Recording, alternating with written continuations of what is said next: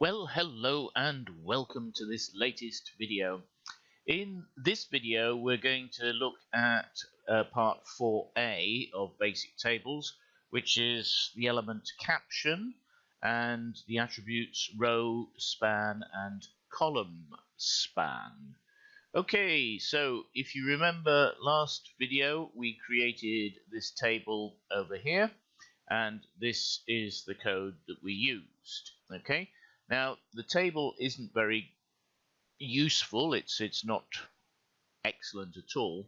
So I'm going to talk a little bit about attributes. Now, every single element can have an attribute, but each element has different types of attributes. Okay? They all have IDs, they all have classes, but after that, they have different types of attributes. And we're going to discuss attributes in a lot more detail later. But if you're dealing with a legacy website, an old-fashioned website, which has been laid out using tables, then it probably isn't going to be using styles or CSS. So what you're going to find is that you're going to find attributes inside the main tags, the opening tags of the elements. So I thought what I would do is I'll just show you very quickly some of these tags. So for example, we have border, and if I make that equal to 1, and then we're going to have cell padding, and I'm going to make that equal to 10. Okay, and if I save this, you'll see that the table in the browser will change. Okay. So there we are. So you can see the border. It's actually put a border around the whole table and a border around each cell. Okay, and it's given it more space. Now, this is obsolete, and I'm only showing it you because, okay, you may see this in legacy code. For example, you might find that. Oops, didn't want to do that bit. Save. And by making the cell spacing 0, as you can see, we've removed the space from around each cell. Okay, I'm just doing this now to make it easy to see and so on. Okay, so we're going to look first at adding a caption. So it's always nice to have some information about the caption, about the table, what it's showing and so on. So just under the table opening tag, you want to create the element, the opening and closing tags, caption and caption. Okay, so we now have caption, and in here we can put in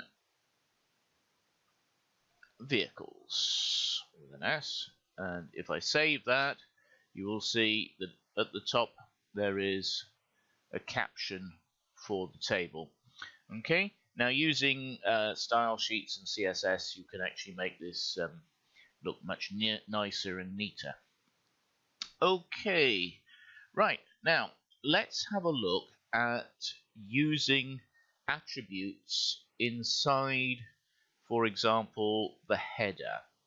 Now, we're going to look at the moment, okay, at column span. So I'm going to put in the attribute, oops,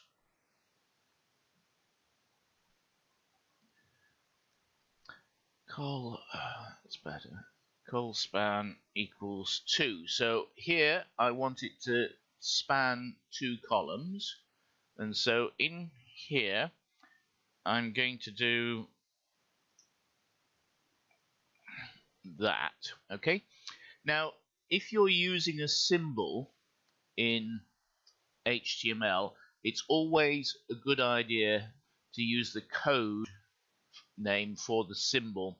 This is because not all keyboards, not all systems actually have the symbol available to them. So by using the code, you know that it's actually going to be there. Right, because I'm actually spanning 2 columns, this column is not required. and if I leave it in, we're actually going to have a bit of a problem with the layout. So I'm just going to comment it out for now, and if I save, you'll see up here that model and color now spans 2 of the columns. Okay. Now if I actually remove and you'll see what happens now if you forget to remove the extra column, you suddenly find you get this column with no data cells in it. It's a little bit strange. Okay, so if you're going to use col span, then you have to remember to remove the column, okay, or one of the columns that you're actually doing. Now you can do the same for rows. You can actually do row span. So what I'm going to do is actually I shall copy, oops, I want to do that.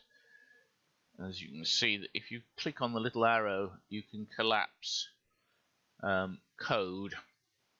So I've copied forward, okay, and I'm going to remove this first one here. Okay, so as you can actually, no, we'll leave that in.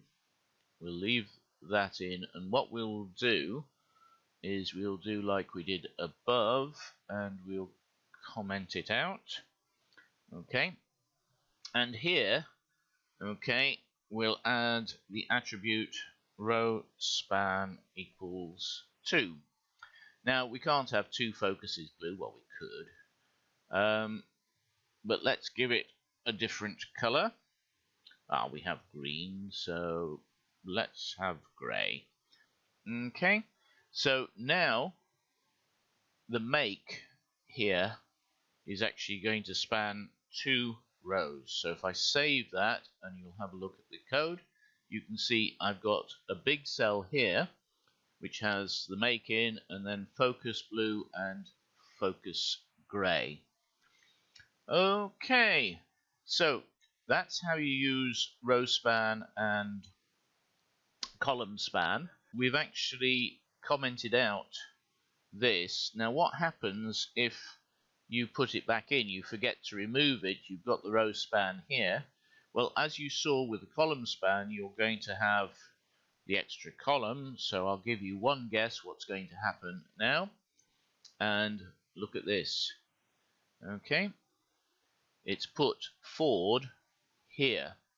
Okay, so you'll find that if you are actually using column span or row span for any reason, and your table looks strange, you've actually got to look for where you've added in a cell, a data element, where there shouldn't be one. Okay, it is actually, or it can be quite difficult to find, especially if it's much further down. Say you've got a row span of 20, and on your 18th you'd forgotten to remove the data cell. It's actually quite difficult to find, and as you can see, when you're looking at the code, there doesn't look to be any problems. Okay, so we'll have a look at searching for bugs and bug hunting and that type of thing in a later video, but for now let me just put that back to how it was and save it. Okay, so we'll stage this file, and the commit message HTML4 captions row and column span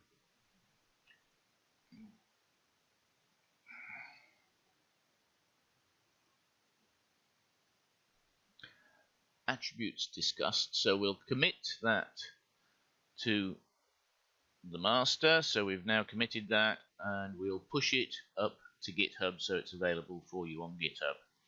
I hope you find this video useful. Please like and subscribe. My name's John, and I'll see you next time.